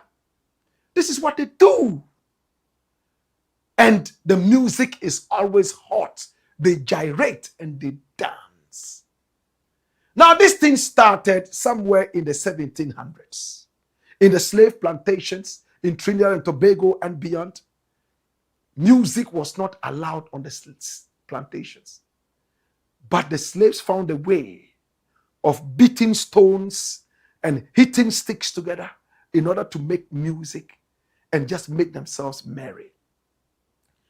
By the late 1800s, the slave owners were not able to stop the excitement on the slave plantations. If we don't make ourselves happy, we will die early out of sorrow. And then, in the 1970s, came a certain young man by name Lord Shorty. Lord Shorty introduced a new kind of music to Trinidad and Tobago. In fact, this is a country that is so good with calypso. You know what calypso music is? But he realized that, just like high life, a lot of the young people were seeing it as old people's music. So he decided to bring a new hip life, like we had in Ghana, right there in Trinidad. And he simply called it soca. And soca simply means the soul of calypso. The soul of calypso. Hey, this is Lord Shorty, the father of soca. But he spelled it S-O-K-A-H. But a newspaper writer, columnist, spelled it wrongly, and the whole world accepted it like this. Even he himself. This is Lord Shorty. Hey! His very first big hit was Indrana. Now, Indrana became the very first official soca music. And all the young men, from that time till now, soca has been divided into two, the fast and the groovy. Hallelujah. My brother, my sister. Now, after some time, he said he had seen Rastafari and was not interested in the music that was making people come together and drink a lot of alcohol and misbehave and all that, as we saw in carnivals. So he decided to grow dreadlocks and leave the city and go and live on the mountains. And on the mountains, he had vegetables, fruits, and stopped eating all those things. In fact, he made a song that became so popular, it was even adopted for an Indian movie. I wish I could sing. I grew on Indian movies. He infused African rhythms into East Indian music. African music into East Indian music, and created soca. We remember him for that. And from when soca came, the carnivals have been hot. My brother, my sister. Then, about a week ago, these people from Trinidad, our own brothers and sisters, brought their culture of carnivals to Ghana, a country that is still conservative. They came, boof, boof, bam, bam, boof, boof, bam, bam, and they were dancing. When I saw this, I thought it was AI, because the breasts were too big, kind of. And AI creates this. But when I looked at this as a man who knows how beautiful breasts look like, I was able to tell that, no, these are real juicy breasts. Hi, upon, ha, what is this? Hey, you know where this one is coming from? Look at this. They were here. My God, a lot of them came from Trinidad. And in Carnival, you don't look at anybody's body and start to say anything. Look at them. They took over Accra. And the dance And you see Accra, Carnival King. My God. And the men would always be behind the women, and then they'll be going pop, like that. My God. Accra was on fire. Oh my God. Hey, all the beautiful women in Trinidad came to shake their bam bam. I shake your bam bam, a bam bam, a bam bam. Hey, I shake your bam bam, a bam bam, a bam bam, a bam bam bam bam bam bam. Shake your bam bam, a bam bam, a bam bam, a bam bam. And the music was all Trini. Hey, Accra was on fire. The fetish priest came out and poured libation and prayed against this. One track broke down immediately. They poured more libation, as if the gods were so angry. It looked like the sun came out hotter. There was even a police escort. And a lot of the policemen, oh my God. If you looked at their flap like that guy who just passed, my God, it looked like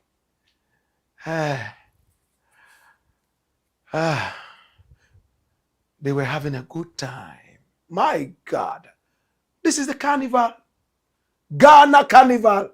First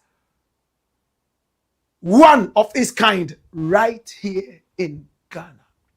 And all the ladies descended from Mars, maybe from Venus. And they showed us the bam bam, bam bam, bam bam. Dash it away. Now come here.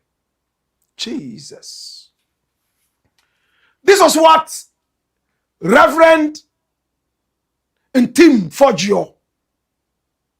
the MP for Assin West, saw and got angry. He was so mad and angry. He's a member of parliament. Recently, there was this issue about this homosexuality and all that got him roped in, and he had to wiggle himself out of the web. This is Honorable Reverend Ntim. Hey, he came out vehemently, condemned this nudity, and called it an abomination. Assin South MP demands probe into alleged nudity at Carnival Kingdom Festival. It didn't end there. Oh yes, it didn't end there. My Joy Online also fired a shot. What did it say? Catholic bishops comment Ntim over Accra Carnival concerns. Hey, the Catholic Bishops Conference praised him. And the news cars were all over. They even wrote a whole communique thanking Ntim for showing love to his country and condemning this outrageous nudity on the streets of Accra. Hey. So we decided to place a call to Honorable Reverend Ntim. And you know, when he speaks to us. When all the great guys speak, this is where they speak. We had an interesting conversation. Watch this. Yeah, so Black Rasta, it's very unfortunate that the whole country woke up somewhere last week to see videos of a carnival, an event that some people purported to be foreign nationals from the Caribbean in nudity, grossly indecent acts with their bodies and privacies exposed in ways that I wouldn't like to even describe on your show. And they were singing, dancing, and making merry all over our streets. Many people who checked it probably at the first glance might think that it was AI. But further checks revealed that indeed it was an event that happened, and there were some police escorts, and it was an event that is a major tourism event, and definitely the people at the Ministry of Tourism, Culture and Creative Arts must have sanctioned. But what struck me was the fact that apart from it being a matter of moral concern, a matter of cultural concern, fundamentally it breaches at Section 278 of Act 29, Criminal Offences Act, where it prescribes grossly indecent acts. People going nude in public and such grossly indecent acts are prescribed within our laws. So I was surprised to find that in such an act and such a nudity festival, which was widely circulated and widely covered on our streets, the Ghana Police Service has some personnel, at least who had the uniforms purporting to be police, escorting them. What that meant was that they must have obtained permit for that carnival. So we are calling for probe. We are calling for investigations. Already we have had some preliminary inquiries, but we want it to be official. We want the government to conduct probe into it. Where did they come from? What kind of festival did they come to hold? And who sanctioned it?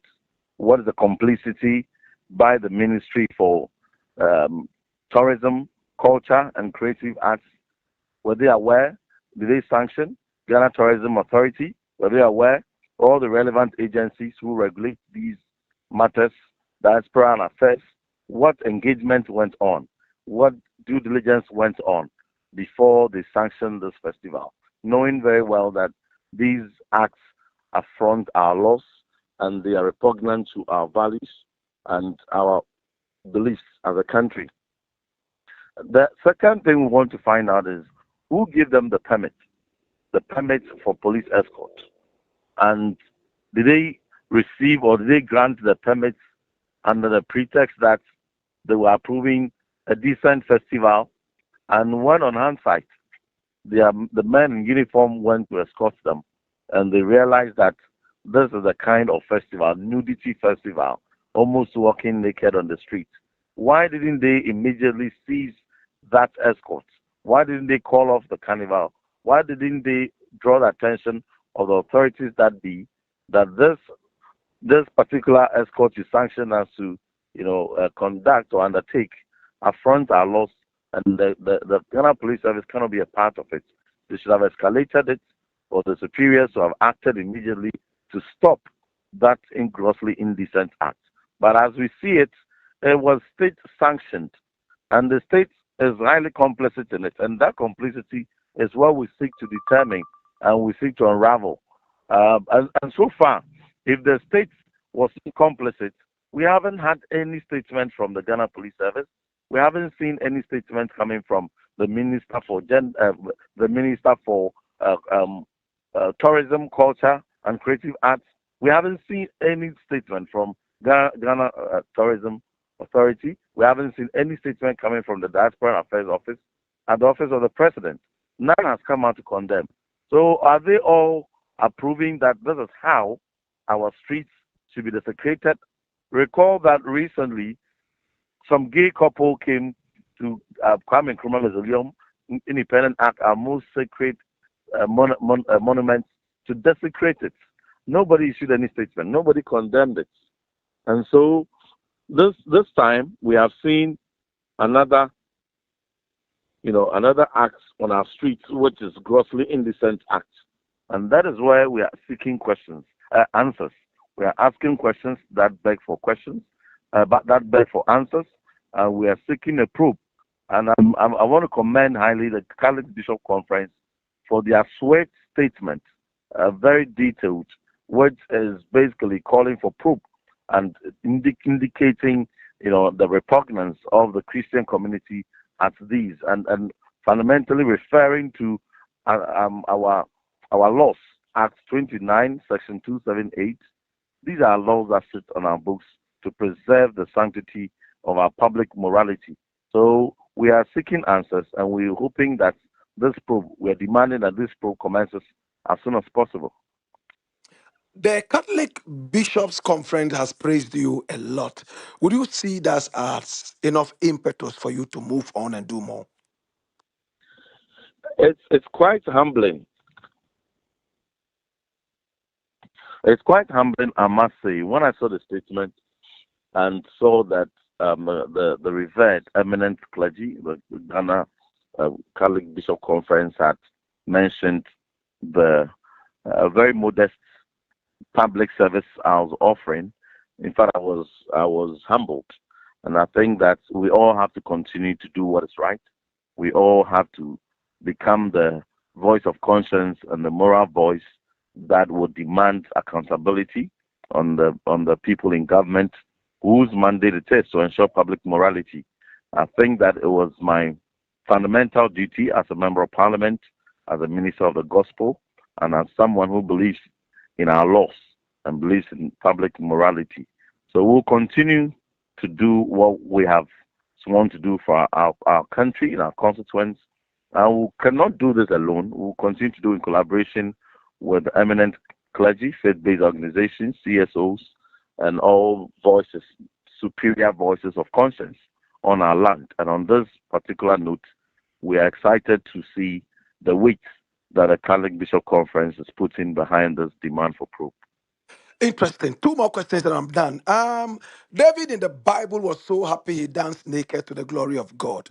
Do you think that this carnival can eat a little bit into that kind of joy, nudity, and happiness to the glory of God? Very interesting scripture that you have quoted, but they are completely unrelated. Completely unrelated. And I'm not sure any of the people who came to do this quoted. Some of them who were interviewed by the public, by the media, had some very, very bizarre reasons which they assigned, and none of it related to the very noble scripture you have referred to.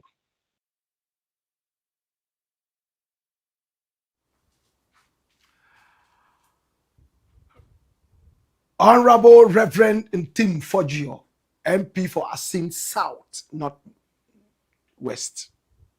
That's him. You heard him. He said it was a nudity carnival.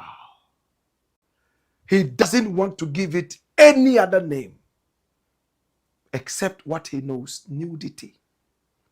And the Catholic Bishops Conference lauded him, praised him so much for standing firm and condemning this.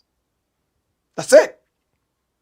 Catholic Bishops Conference commend Reverend Tim Foggio for calling out the complicity of government in the grossly indecent act displayed at the Accra Carnival and demand probe. This was released today. My brother, my sister. So we decided to ask the authorities and find out how these people got the permission to come to Ghana and do a nudity carnival. And I asked, could this have been cultural integration and exchange? Do our laws frown on this? Would Ghana accept it? So I placed a call to the Presidential Advisor on Diasporan Affairs, KOD, Kofi Ochridako. This is a fashion designer. He's a fashionista. He's a model. He's a musician. He is an artist manager and more. He's a very brilliant chap. I like him. This is KOD. And KOD spoke. He started off by laughing when I said, quoting Reverend Tim Foggio, that it was a nudity carnival. Watch this. I don't know if you want to call it nude carnival, Black Rasta. It was a carnival that was actually meant to showcase and highlight what our brothers in the diaspora or in the Caribbean, how they express themselves creatively in terms of having a carnival. I've been to quite a number of carnivals, including the Northern Hill Carnival. Over there, you see stuff like this, which is very normal. But then I also believe that when you're going into anyone's space or a cultural space, you should also respect their cultural norms. So when I saw the commentary, there were those who were like, okay, I mean, this is not new to us. We have depot in Ghana. This is like depot, people wear stuff like this at depot. But I believe that's in a very small community. It's not something that's on the street where people are walking from from town to town. So I am a bit like, it's a mixed feeling kind of thing for me, because we still have elements of our tradition that exposes people's bodies like this. But I think for the organizers, in future, what we should do is also give them some orientation in terms of how things are done in Ghana. I won't really fault them, but I think it's only right for those who helped organize the events in Ghana to have also walked them through how things are done in terms of our culture. If this is going to happen again, what would you want to see? Oh, I think they should just cover themselves a bit more. That's it. I mean, it was a beautiful attraction, and the interesting part is, before the event, I didn't see or hear a lot of noise about it on social media, but all of a sudden we're all talking about it. What we're doing is projecting the next one. We're helping project the next one. So essentially, they should connect with us, work with Ghana Tourism Authority, for instance.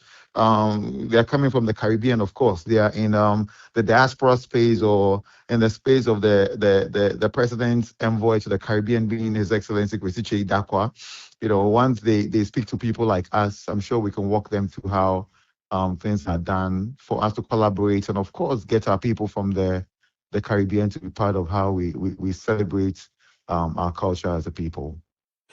Did the organizers of this carnival get any nods from the authorities in Ghana? I wouldn't know. I had a visit from a team of people who were organizing a carnival. In actual fact, I didn't even know it was the same carnival until the event was done, because I wasn't invited to it. So I didn't know until now. Interestingly, Blakk RASTA, they also sent like a team to Ghana to record a documentary on High Life at 100, something that I think we've not even done in the country, because this year celebrates 100 years of High Life music. And as part of the carnival, it's another thing they wanted to do, use that platform to also record prominent voices and faces as we celebrate High Life music at 100. So I'm sure they were coming from a good place, collaboration, reaching out, bridging the gap between the Caribbean and Africa. But what they should have done, or whoever walked them through how things are done here, should have been to, educate them on how, we don't really expose ourselves so much.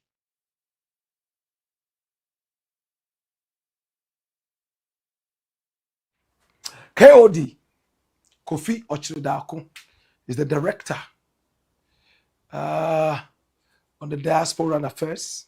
Yes. My brother, my sister, this is KOD. And you heard what he said. Next year, he would like to see it happen again. But this time, they may have to cover up a bit more.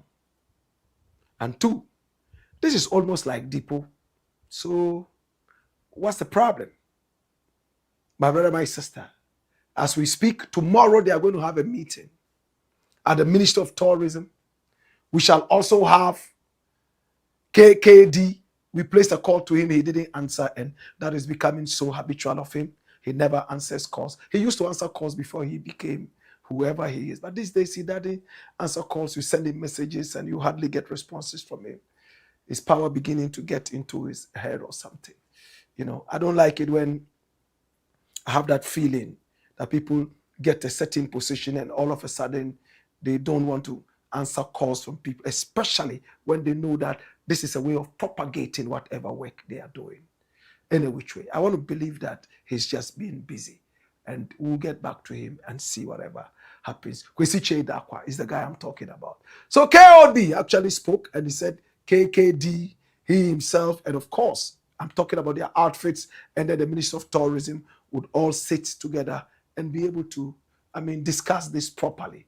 And then they'll give us information as to what they have decided.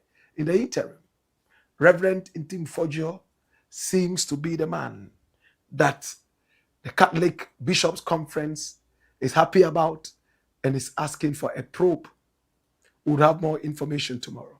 This is the Black Pot, aka Kukushodomo, where we speak truth to power. And I want to say thank you so much to Tesori Doriente. Now turn every single shower into a royal experience with Tesori Doriente. And of course, thanks so much to Millennium Insurance, your trustworthy partner. Thanks also to Lemfi. Hey, with Lemfi, no transfer fees, and you get the most competitive rates. You get your money in just seconds in your Momo account or your bank account. No problem. Thanks also to Herbal Technology. It's a clinic. And at Herbal Technology, we don't only treat you, we heal you.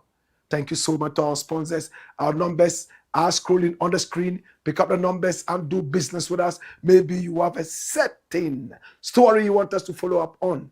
We are happy to do that. For free. Absolutely.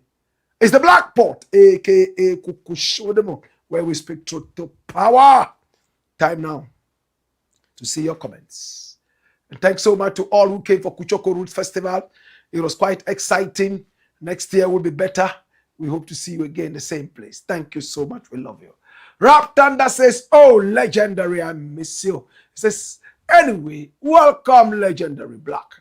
JDSGH says, greetings, Blakk. We are live. Why, our country or nothing? Why, Blakk speak truth to power. Why, nobody is bigger than the truth. Why, Kofi Azuma says, Black Rasta keep speaking nothing but the truth, the real truth here.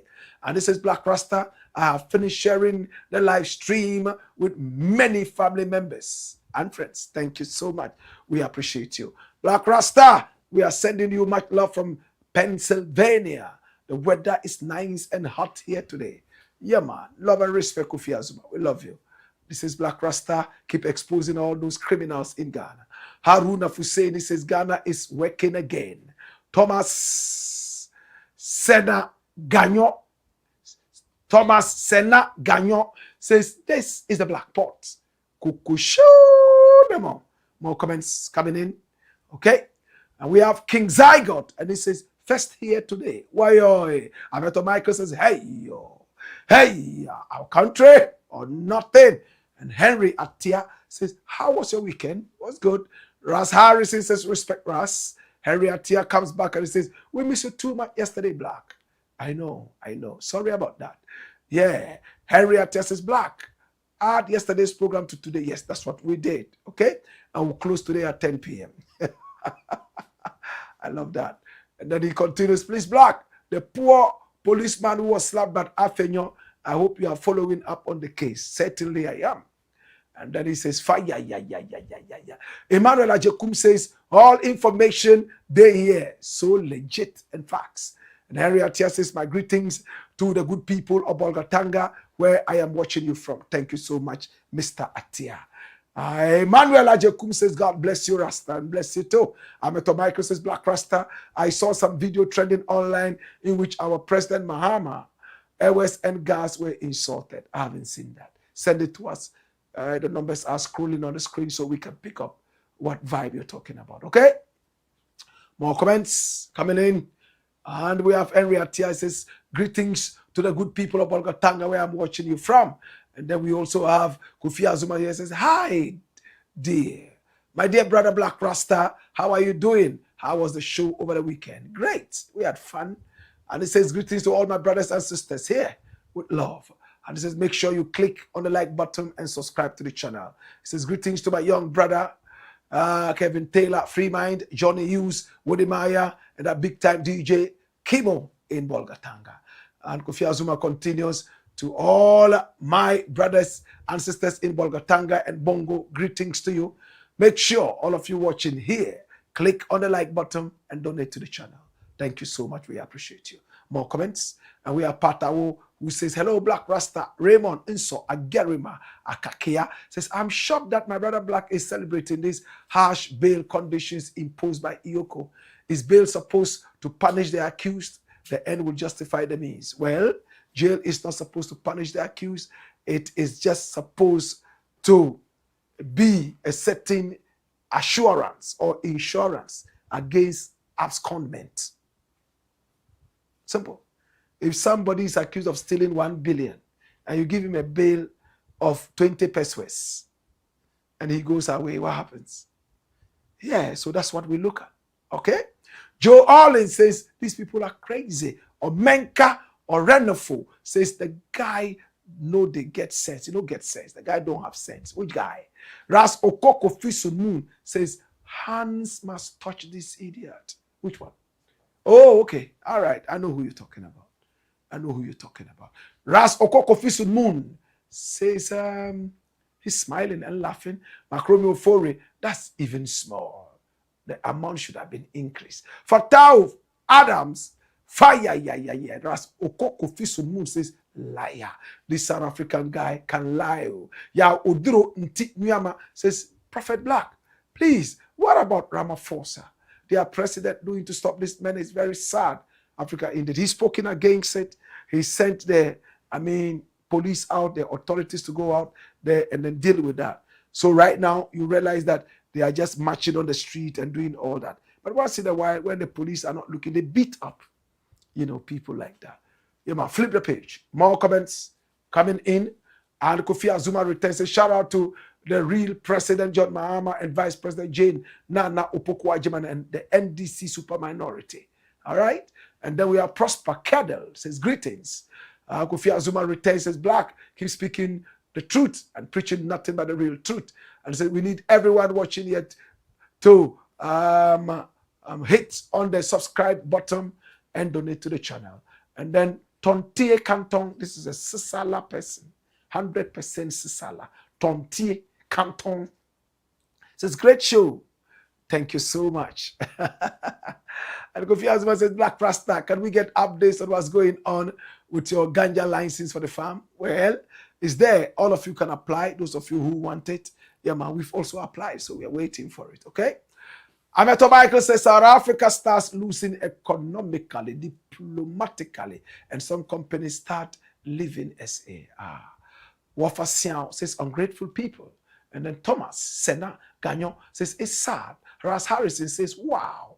And he says, the people are totally lost. So these people are totally lost. Okay? Ramahak says, Blakk, we are going to start beating them the way they are beating our people. What kind of inhuman behavior is that? Please not. We don't do that in Ghana. We don't do that in Nigeria. It will all settle down. The authorities are working on it. And in the name of African unity, we don't have to escalate it. Okay? Jamal Ali Ilyas says, another headless no-brainer. Beating your own black brother just because it's not South African. Imagine, honestly, you will never see this in Europe. Okay. Prosper Kofi Ahoto says, Blakk Rasta watching you from Jowolo. All right. Love and respect. Yao Oduro Ntinyama says, surely posterity shall surely judge these South Africans and more.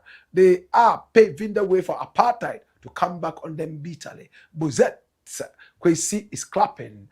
Kwame is Bill says, but the time has come and still reigning by Jah's grace. Okay?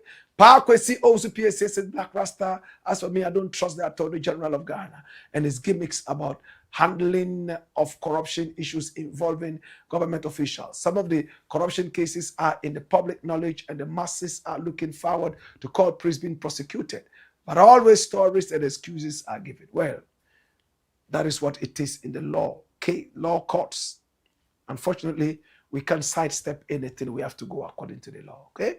Charlotte Agbeka says, I think all other African countries should cut links with South Africa. Ras Harris says, in the abundance of water, the fool is thirsty. Ameto Michael says, Charlotte Agbeka, don't worry. Some countries start closing their borders with them and boycott their products. Charlotte Agbeka says, so is the South African government in support of all this xenophobia going on? Aniado Nani says, good evening, Blakk Rasta. More fire. Now, Inside Tech Solution says, super. All right. More comments coming in. We have Kamishina Zaid said, Blakk Rasta, more fire. Naziru Sando. And he says, African Authentic Media, more fire. Abdulaziz Rahim Ukpejo. Good evening, Blakk Rasta. Why? May Allah bless you for the good work you're doing. Nana Obidiaba says, Blakk Rasta, more fire. Osai Bedu says, come here. The Black Pot, a.k.a. Kukushodemo. Ras Okokofi Sun Moon says, come here, watch this. And the fire is blazing. Last comment, and we'll be out of here. Okay? Yes. Shadrach Money says, happy birthday to Captain Smart. Ibrahim Jack says, more fire. Watching you live in Nalergu. Yeah, we are coming to Nalergu somewhere on the 30th. Nalergu, we are coming there for a peace concert. Okay? So mark the date. I think around the 30th of May, we would let you have more information. Akana Izura says, Ekola Benvenuto. Black Rasta, what was the problem yesterday? I did come on. Yeah, well, we had Dumso. Power was off the whole day. From morning all the way down. We left here around 10 p.m. and the power was still not restored. So we had to move. Akana Izura says, hey, this party called NPP, they will kill Ghana. And it's crying. Well, I want to say thank you so much. I appreciate you and I love you. It's been the Black Pot, aka Kokushodemo, where we speak truth to power. Remember, our numbers are still scrolling on the screen. Pick up the numbers and do business with us. Maybe you have a story you want us to follow up on. We are more than just excited to follow up on that. Absolutely free. It's been the Black Pot, aka Kokushodemo, where we speak truth to power. Hey yo! Hey ya! Wayo! Come on!